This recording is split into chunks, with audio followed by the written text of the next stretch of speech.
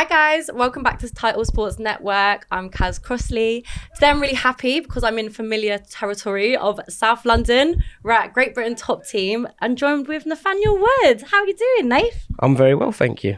Coming off a good win, which is always nice. So it's just good to be back and, back in the winning column. So yeah, I'm good. Oh, so you've been celebrating? Yeah, a bit too much. I've had a bit too much shit food, so I need to just burn it off Last now. night, what did you have? Chinese buffet, yeah. And then I had like the Ivy cafe in the morning and yeah, it was wedding anniversary. So it was a good excuse for a food. Well, it's always important to let fighters know they can live a balanced lifestyle as well. Yeah. Do you know what I mean? So I'm glad you're doing that. And how is your daughter and family?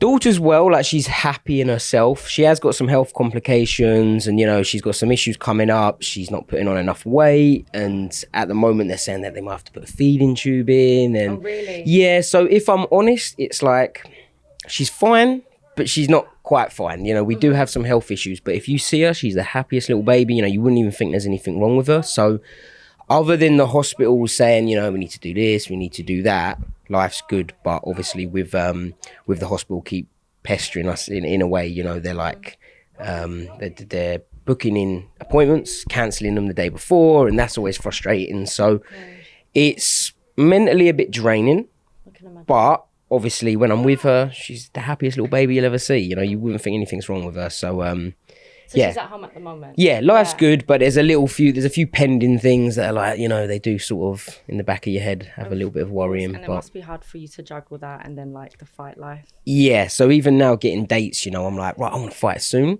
Mm-hmm. But then I'm like, I've got an appointment coming up, and they did say that they may have to operate if she hasn't put on enough weight. And obviously having those things in the back of my head, I'm like, it's hard to say to the UFC, look, can you give me a fight? But there's always the chance that I may not be able to fight because, if my daughter's going in for a heart operation, there's no way I'm fighting. So it's just trying to juggle the timing. Is that the situation now then? Yeah, so she's got she's got a hole in her heart. And long story short, they said they would like to operate when she's 3 years old because that's apparently the best age to do it. How old is she now? She's 12 weeks. No, 14 weeks. So they said that what they want her to do is if she's growing normally, they'll do it, when she's 3. Because she's not putting on enough weight, they said they might have to do it in a few months. So it's just constantly trying to feed her, but she's getting a bit aggy. She doesn't want to drink. Your priority, of course. Yeah, You know what I mean? and it's frustrating when you're trying to feed your baby and she doesn't want to drink. I can't make her. She's just kicking off, and so now they're saying they might have to put feeding tubes in, and it's just like one thing after another. But yeah, as I say, I'm positive. She's a happy little baby, so. I just got to make sure I'm there for her and do the best I can. Well, you're amazing, Dad, obviously. Thank you. So, yeah, the last time you fought, you was talking about being on the Paris card and the Abu Dhabi card. Mm-hmm. So that's not happening. So I don't think the Paris one will be happening, just because I haven't heard nothing. Right. I'm asking for Abu Dhabi. You are still asking for Yeah, Abu so Dhabi. the date with the hospital dates works perfect. Mm-hmm. And obviously the other thing going back to it is I need to earn money for my daughter. Do you know what I mean? So it's like... gosh, would I be selfish if I don't fight? Do I need to fight? So it's hard to kind of know what to do. But I did just see the, is it Macau card? The China one? Yeah, my dad sent it to me. Because I would love to be on that. Oh my God, we need to go. Yeah, I'm hoping that if I can juggle the hospital appointments, if I can be on that card. What date is that card again? I think it was the 23rd of November. Yeah. So my dad actually lived in Hong Kong for 8 years. Okay. And I went to go and visit him, and I went to Macau as well. So. Oh, you've been? Yeah. Have you been? No, never. So that's why I'd like to go because, yeah, China would never be somewhere on my holiday destination. I'd go to the usual Dubai, somewhere really hot and summery, I guess. But I think China is quite hot. It's really hot. Yeah. And you know what? Like even in Hong Kong, there's beaches. Okay. There's like beautiful scenery. Yeah. Like no one knows that side of China. But Macau is like the Vegas of China. Yes. So if I can fight at places that I probably wouldn't go to holiday on, that's perfect for me. I'd like to travel to the places that I don't think I would visit unless I'm fighting. Yeah. So that would be cool. I'd like to get on that. Are you still asking for that rematch with Mohamed Naimov? No, I've we've mentioned it before, but it's just a bit like, you don't really hear much back. I know for a fact he's going to be turning that down at all costs, because potentially, why would he rematch me? He's got that win, and I know that he knows that I wasn't on point that night, and you know, I even almost finished him in that last 10 seconds. So yeah, I think that he won't rematch me until it, you know, makes sense for him. He has to, basically, you know, and obviously I've only had one win since that fight with him, so he could just say, oh no, you know, he's not had enough wins, so why would I fight him? For me, I want a bit of a step up. I want someone like, you know, Alex Casares, Sadiq Youssef. I did put on Twitter the other day, Josh Emmett. You know, a fight like that stylistically would be perfect for me. And I want to get in them rankings. You know, I'm not getting any younger, so I do need to get a move on. Yeah, so the top 15, are you looking to kind of enter that by the end of the year? Do you have a target or a goal? So for me, I'm like, put me in now. Yeah.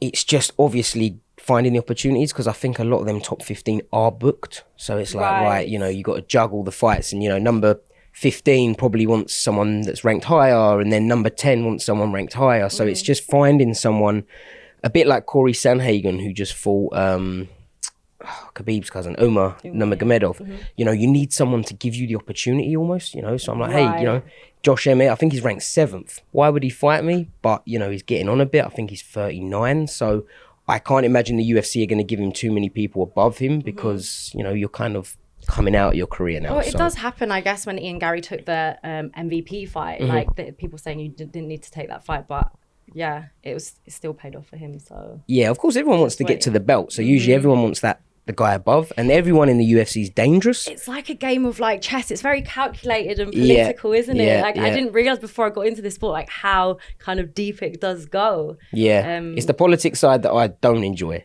Right. You know, for me, if the UFC say, this is who you're fighting, cool, that's who I'm fighting. Obviously I want to get up in the rankings, because if the higher you get ranked, the more money you get, closer to the belt. And as I say, I'm 31, you know, I'm not 41, so I've still got a few years left. You're still really young though. 31 I'm still is young, but the way I look at it is, I don't want to be fighting till I'm like 38, 40. You know, I think as soon as my prime I start to dip, I'm done. You know, I don't want to be a gatekeeper for guys. I don't want my daughter seeing me get knocked out just to get a paycheck. So as soon as I feel like, right, time's up, that's me done. Do you think you'll know when that is? Like, a lot of people think that they know, but they just don't want to like. I think my dad would tell me. My dad's brutally honest, so I think he would say, "Mate, you're done." You know, and as soon as I start to, I think, just not enjoy it is when I'll say, "Yeah, I'm done." You know, I don't want to. At the moment, I do have to fight for money. Yeah, I'm trying to set things up on the side so that the fighting is just the passion. Yeah, of course. And if I can have a day where I go, I don't want to fight anymore, I can choose to quit, whether it's anything to do with money or not. You know, I don't want to be forced to fight. Yeah, I think it's really important for fighters to have that, you know, thing that they're not they're doing when they're not fighting, because it doesn't last forever. But tell me, is the app right that you started? Yes, so tell everyone. So we've got an app. It's called Prospect Academy. It was already about, which is with me and my team, an online training tutorials. You know, a lot of fighters do it, but I offer my whole team to everyone. And it's only, I think it's $4.99 a month. So we've made it so cheap that literally anyone can join it. You know, don't get me wrong, maybe there are some people that can't afford that, but you know, it's the price of a coffee in London. So now what we're doing, and you're the first person I'm telling this outside of the little team. We've announced we're launching it so that anyone can make an account. So imagine any single person. So imagine OnlyFans, but for martial arts. But are you going to kind of like vet it? Because obviously, you know, Joe could go on there, tell people how to kick a bag. Yeah, so but he doesn't know what he's doing. I'm joking. We're in control, so we can police it. You know, it's not just me. I've got other people on board who are going to be, you know, behind the computers doing the actual hard stuff. Yeah. But already we've got about 50 people on board, because obviously I've spoke to people that I know, and you know, we've got gyms set up, etc. And they can all put their own price. So you know, a lot of people have gone for £10 a month, and then you can train with them for the price of, well, maybe two coffees in London. It's such a good idea. No one's doing it already. No, so I think I'm guessing OnlyFans you can do it, but you know but this is everyone thinks with OnlyFans, you know, you must be getting your kit off or something like that. You know, if I made an OnlyFans account, I think people would wind me up. So you know, I thought, wow, how can we make something that's martial arts based? That's what I did with the academy, and then I had teammates that were like, oh mate, I want to do that. How much did it cost? It cost us about 15 grand. You know, I didn't pay for it all out of my pocket. Luckily, my business partner makes the websites. We've got a cameraman who's on board with a percentage. So I thought, you know what? all the guys in my gym, I want them to make money. They're all skint, you know, they're trying to pursue MMA as a career and they're broke. So why don't I set up something where now they can join, we take a little percentage, that's it. If they don't sell anything, guess what? You don't lose anything. If they make 500 quid a month passive income, amazing. That's a massive amount of money for someone that's pursuing MMA. Wow. Even if they can make £100 per month, that's their membership paid for. So it kind of started off with the idea of helping a few teammates, and now it's like, man, why can't we just do this worldwide? So that's sick. So is that all launched now? It's launching on Wednesday. Oh, so wow. the 28th, yeah. So I don't know when this is coming out, but it will be out by then, guys. Check out the Prospect Academy, the app, right? The Prospect Academy app, yes. We're on App Store, Android, everything. So yeah, no, that's good. And it's fun. It's good fun. You know, I'm one of these people, I can't sit still. So as soon as I go home, you're like, you know, the coach says, I'll go and rest. Yeah, I'm like this. You know, I'll have an hour or something and I need to be doing something mentally. And if I don't, that's when I end up in dark places. So I'm like, right, I need to keep occupied. So that's why I started with, you know, doing these businesses on the side. And it gives me a bit of a peace of mind because at the moment, I don't need it to make money. Do you know what I mean? That's why I charge like $4.99 a month because I'm like, I don't need the money from that. Build it up, I get money from fighting. I'm hoping that in 5-10 years' time, it brings me in money when I want to retire. So yeah, I don't want to be back on a building site, that's for sure. Is that what you did before, building site? Yeah, I was more just a labourer / roofer. Yeah. Very young, like I quit early. You know, I didn't stay very long. Yeah. A couple of jobs I got sacked as well because they were like, mate, you're not interested. I've been sacked before as well. Don't worry, cuss now, it's fine. But it was the best thing that ever happened to me. So, wow. Yeah. And you started originally in jiu-jitsu. Am I correct? So that was the first session that I went to, but it was to be an MMA fighter. So my dad at the time was training in jiu-jitsu, and they were talking 16 years ago now. It was at the point where it wasn't very many MMA clubs. It was like, right, do your Muay Thai on a Monday, jiu-jitsu on a Tuesday. But not MMA specific. Not MMA specific. So that's why the first few years I didn't really have any wrestling background at all because there wasn't really anywhere to learn. Especially in the UK as well. Yeah. So my dad's a black belt in judo, so I knew some judo stuff. But yeah, went down jiu-jitsu and then literally I was like a duck to water. You know, I loved it and was just every day train. And then you got stuck in straight after that to MMA. Yeah, that was it. I was like, how old were you? So I think I just turned 16 and I said to my dad, I don't want to work for a living, like doing building work, because I was doing a bit when I was like 15 with my uncle on the side. And I thought, I ain't doing this for the rest of my life. So I just went in and was like, I'm going to do this for a living. And so you said, I'm going to be a fighter. Yeah. Before I even put the gloves on, I was like, I'm going to do this. Did your dad make a living of being a fighter? No. He was just passionate. Yeah, always done, you know, Right. black belt in karate, black belt in judo. Yeah. And I just thought, you know what, at the time, Demetrius Johnson, I think, was saying that when he was 19, he started. Brad Pickett was 26. And I thought, well, I'm like 6. 26 Yeah. So I thought, you know what, I'm 16. It's not far from me. I'm going to do it. I could be a fighter now. The thing is, you can, you know, this is a sport where there's so much skill to it, but a load of it is luck. So you just got to hope that luck's on your side and just be consistent. You know, I've had losses and I could have, you know, hung the gloves up there and then. I didn't. And the losses that I had outside the UFC, them guys aren't in the UFC because I stuck with it. Do you know what I mean? You just got to persevere and... You have to be consistent. It's the training, isn't it? Yes. It's like what you put on your body, your mind, like... it's a full-time gig. It's a full-time gig. Yeah. And speaking of Brad Pickett, so when did that kind of duo start? When did he become your head coach? We got introduced just by a mutual friend for a bit of sparring, and I think he liked what he saw in me and said, look, I'm, funny enough, moving to Malden, which is 10 minutes from my house. Yeah. So he was like, if you want, jump in the car and you can come to Team Time with me. Didn't you like see him in like Kingston? That was before that, yeah. And how just as a fanboy, I said, hey, Brad. And, you know, my ex-girlfriend at the time, I was like, that's Brad Pickett. She was like, who's... she was like, who's that? So I was like, right. I was a bit embarrassed. I went, Brad, way, like that. And he just turned around and sort of looked at me in a, you know, evil little face, but that's just his face. You know, he's got that mean face. Yeah, and he just went, "Hey, mate," like that. And once he moved close to me, he said, "Jump in the car." I couldn't afford the train to North London, so he said, "Jump in with me, come down," and the rest is history. You know, I was sharing the journey with him for like 3 hours a day, so we gelled very quickly. You know, he's very immature, I'm very immature, so you know, we get on very well. Oh wow! Does he still slap you? He does. Yeah. Every fight I need 2 or 3 slaps, and I always say to him before, make sure to slap me, just so that when I get in there, I'm G'd up. You know. Wow, that's amazing. And so you've stuck with him ever since. You've come to GBTT, another young fighter that's smashing it on the Contender Series, Lon Kavanagh. Yeah. That's how I say his name, isn't it? Lon Kavanagh. So I say Lonnie Kavanagh. Lonnie, people call him Lonnie, I don't right? actually know if it's Lonna Kavanagh but we've always known him as Lonnie. So Lonnie Kavanagh, yeah. Do you train with him as well? Yes, so I've been training with him for years now, and I'm so glad that the world's finally seeing how good he is, because he gives me a hard time in the gym. So yeah, when you're sparring with someone and you're like, oh, that guy's just on the local scene, it makes you feel a bit like, oh, maybe I should be doing better. Now he's in the UFC, I'm like, good. All the times he's hit me really hard was worth it, because I just know how good he is. Yeah. And he will be UFC flyweight champion without a doubt. I think that he could go in there tomorrow and win the belt. He's that good, he's that talented. So and he hits like a truck. He really does. Yeah. He's powerful, He's just one of those genetic freaks. He's fast. You'll see him doing backflips. There's nothing that he can't do. Ninja shit, isn't it? Ninja shit, yeah. So, keep an eye out on him. I think he's going to be fighting again quite soon. Hopefully he'll be on the China card, because he is half Chinese. So is he? Yeah, he's half Chinese, half Irish. Oh my but God. Born and lived in England. So that's his name is Irish, isn't it? Kavanagh. Yeah. I think, yeah. Well, my brother's name's Kavanagh, actually. I'm going to tell him. I'm going to interview him tomorrow, so. Yeah. But yeah, he's a talent. He's good. And he's a nice kid. He's young. I remember seeing him fight when he was about 12 years old. Yeah. The gloves were bigger than his head. He was just like two babies fighting. But he is just different. It's exciting. You've got exciting people here. So I want to bring it back to, you said like you was a 16-year-old kid in your dad's garage with a punching bag and a big dream. What do you think is still the same about you now?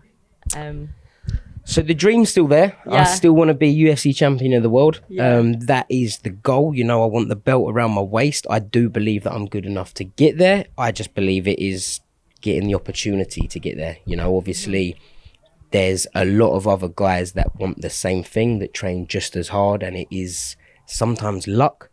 So obviously, I need the fights to push me up there and just get that opportunity. And as I say, time is of the essence, because, let's say I've got 3 years in my prime, if touch wood injuries occur, you can be sitting out on the sidelines. And what age is prime for a fighter then? So I would say about up to about I'd say about 29, 30, 31, and then I think 33 is when they say it kind of declines. But everyone's different, obviously it's how much damage have you taken. Even though everyone thinks that I'm always in these scraps, I'm actually pretty good. I'm pretty uninjured, and, as I say, touch wood again. But I reckon I've got 2 or 3 years left. And, if you have 2 or 3 fights a year, it's not long. So I want to get going, I want to get these opportunities now. And, it's annoying that the last fight I didn't get the finish, because maybe that would have pushed me up a bit quicker. But no, you got the win. We're good. Got the win. We're good, Yes, we're good, yes. we're good. So I know I can be in there with the best in the world. It's just getting the opportunity to. Of course. Oh, you seem like a really nice and normal guy. Well, we know you are.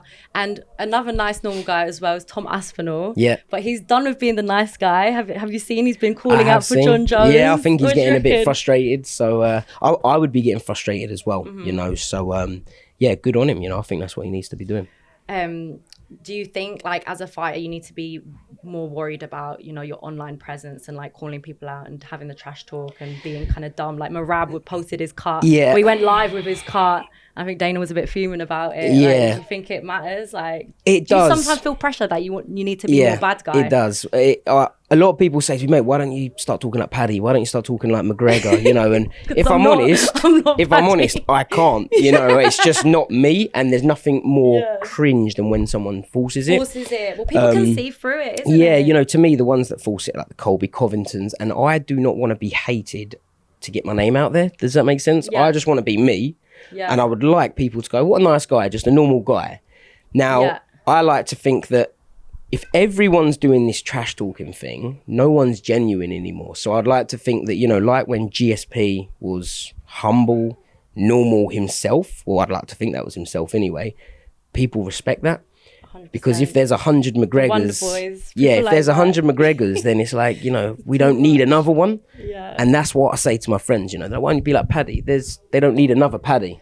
So I'm just going to be myself and hope that, it gets my name out there. And if not, so be it. But I try and be better on my social media now. So you're doing a lot of good content. I'm trying. I've got a few people that help me with it. Will from Casuals Corner, been doing your content. He's giving me a lot of advice as well, because I know that the UFC, they want to see numbers. You know, at the end of the day, I look at it from their point of view, and we are a business.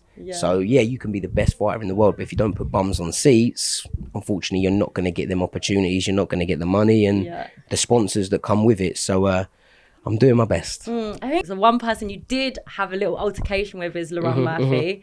And what is stopping that fight from happening? So now I'll give it to him. You know, his last fight was Edson Barbosa. So, you know, he's getting up there. I had a loss at the time, and he said on some interview, like, oh, he needs to start winning these fights.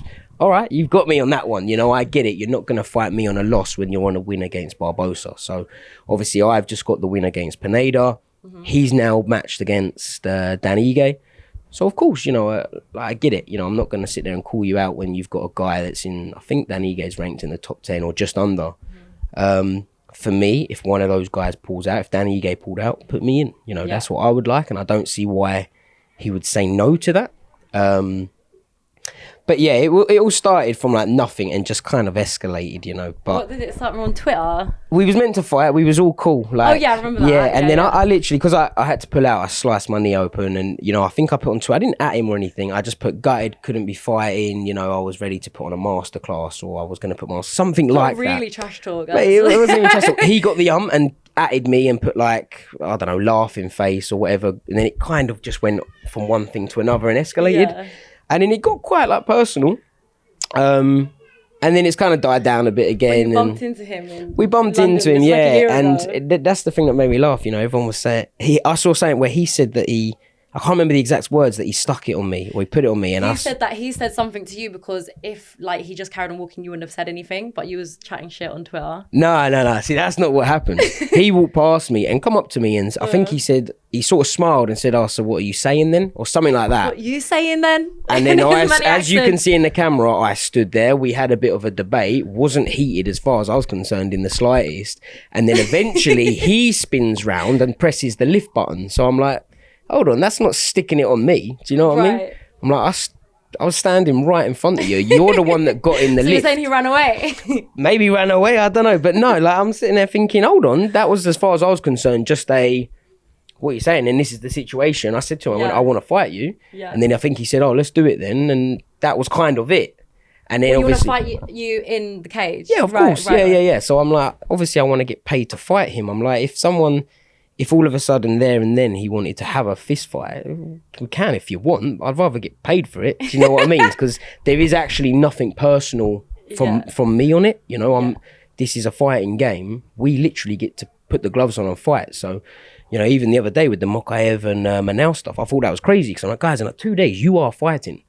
Yeah, well, no, it was even more crazy that they was even trying to fight in the cage, like before. Yeah. So to me, was even saying their name, and then as soon as the bell went, they was just like, yeah. So to me, I'm like, I would be standing dead still, going, Bruce, come on, Bruce, come on, because then we can fight, you know. But and then if you want to escalate it after, that's a different story. But I'm like, we're in the best business where if you actually generally hate someone or you dislike, and I don't hate him at all, you know, I actually don't. Laurent? Yeah, no, I don't hate him, you know. And are you look cool now? Did you see him in Manchester then? Because he was there. No, I didn't actually see him. I saw him on the last London card when I fought Andre Feely, and I can't remember who he fought. And cool? one of the girls on the interview kind of tricked me into saying something that she said to him that I said something that wasn't quite what I said. And then he done a thing where he was saying, oh, fuck Nathaniel, that sort of thing. Then when he saw it back, he put up a tweet, I think, that said, I'm never trusting the media again or something like that. Really? She so when I saw him, I said, mate, you know, they're twisting things in it. And he went, yeah, I know, bro, or something like that. And then I think I said on the fight day, I said, best of luck with the fight. And he said same or something like that. So as far as I was concerned, it is like kind of squash. We're not friends, but I'll stir the pot again. I'm going to try and get an interview with him next week. And then that's the thing. I think I saw, it was only like a month ago, I think I saw someone say like, I stuck it on him at the hotel or something like that. I can't even remember half the stuff I've seen now. No, I think it was in the aerial show. I was a bit like, hold on, you didn't stick it on me. If that's what you think sticking on someone is, then we've got different lives. But yeah, I'm gonna ask him then when I interview him. We can just there was no sticking it on anyone as far as I'm concerned. Speaking of his fight against Edson Barbosa, obviously it was a striking masterclass. Yeah. He did really well. How do you think a fight between you and Edson would play out? if I'm honest, the same thing. I think, you know, no disrespect to Edson Barbosa. He's one of the best fighters on the planet, but he's coming out of his career now. You know, I think he's 39. So do I think that Lerone would have beat him 5 years ago? No.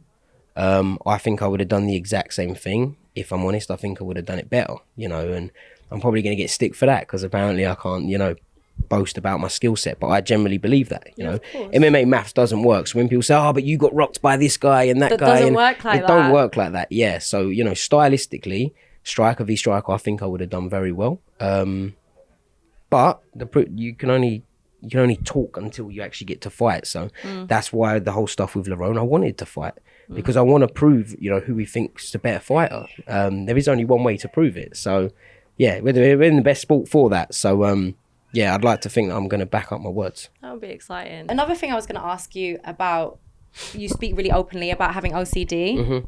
And I think it's really important to be an advocate of, obviously, and for people watching back home and have someone to look up to. What advice could you give for people suffering with OCD, but, you know, find it hard to fight that battle like you verse in your head? So I do certain things that the therapist wouldn't necessarily say to do. So, for example, earlier when I said about touch wood, like they would say, don't actually do it. But for me, I'm like, touch wood, my surname's Wood. I'm like, I have to do that. If I didn't do that, I'd be stressing about it tonight. I generally would. Wow. So I know some people just go, oh, knock on wood or whatever. I'm like, no, I have to do it. And I'll be looking for something, you know. Whereas a lot of the therapists would say, don't do that. But for me, sometimes I'm like, listen, I don't think you can cure OCD. I think you just got to learn to live with it. So for me, just doing that, I'm like, oh, do you know what? I'll live with it. You know, it's not the end of the world.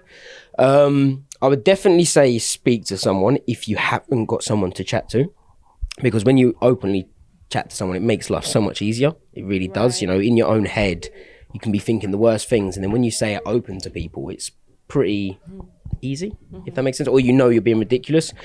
My biggest thing, which really does help me, stay busy. You know, when I've had too many hours in the day, or I was going to Team Titan and back on the train, no book, no headphones, just sitting there, I was thinking about things, and I would like obsess with things because it's OCD. You know, if you have something you're worrying about, you're obsessing over it. So for me personally, I would say definitely get busy and chat to someone if you haven't got someone to talk to. Who do you talk to? Your so wife? Luckily I've got my family, and before my wife, because I've had this for years, you know, my mum, dad, very easy to talk to, you know, very I've got good parents. And I did go and see a therapist. I'm not actually seeing a therapist at the moment. And I do take tablets for it as well. Medication for it? Yeah, I've been on and off them, and then there was about 2 years ago where I was bad, and I was like, I'm just not ever going to feel the difference with the medication? Do you know what? I don't know if it's a placebo, but I'm like, do you know what? I'm not going to risk it, because a couple of years ago I came off them. I think I was fine for about a month, then had a really bad month. So I went back on them, and I was like, do you know what? I'm not ever coming off these until I really feel like I can come off them. When you have a bad month, like, what does that look like? So the month I had, where I went to Dubai on holiday, and that's where it started. And again, I think it was because I had nothing to do. I was just chilling on the beach, like people think, oh, it's paradise. It is. But in my head, I'm just stressing about things. You know, it could be the most ridiculous things in the world. Came home and just couldn't kind of get out of that little dark cloud period. I never would ever commit suicide. But there was times where I was thinking, I'm sitting at a train station thinking it might just be easier if I jump in front of a train. I would never do it. Honestly, I couldn't do that to my family, for starters. And I know that every dark cloud does pass. So no matter how hard it gets, it will pass. But it's that dark and scary sometimes that it is in my head. I'm thinking, how can I just end this? But you can't, you know, because you know it's going to pass. And because I've been through these dark clouds many times, that's why I just remind myself now. So if there is anyone going through a dark period, just say to yourself, it will end. It might be a week, it might be a month. The worst I've had is a month. It was a month where I was just really bad. I couldn't kind of get out of that rut. But after a month, I did, you know, and then I was like, what was I stressing about? And, you know, when you're out of that dark cloud, you kind of realize how ridiculous sometimes your thoughts can be, especially with OCD. You know, the things I worry about, you'd think, what are you stressing about that for? You know, I don't worry about normal day-to-day things.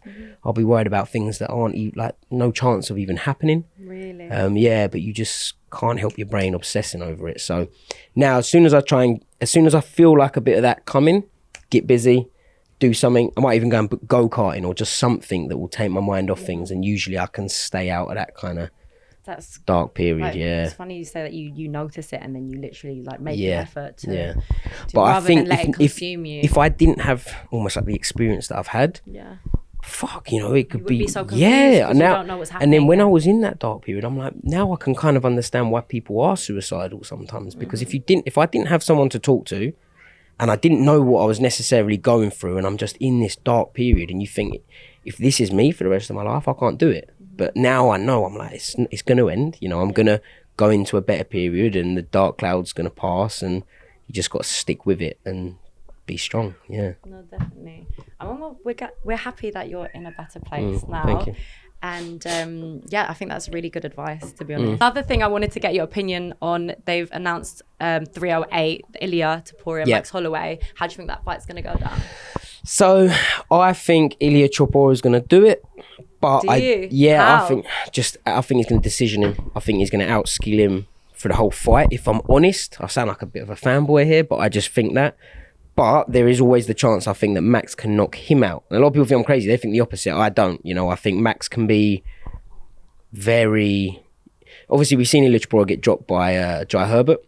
So I don't know what his chin's like. You know, it hasn't been sort of tested, I don't think, from the fights I've seen. So Max, you know, can make it a bit of a slugfest. So, you know, I think potentially Max could knock him out, or I see ILIA TOPURIA just outclassing him for the whole fight. I don't think ILIA TOPURIA knocks him out, though. Right.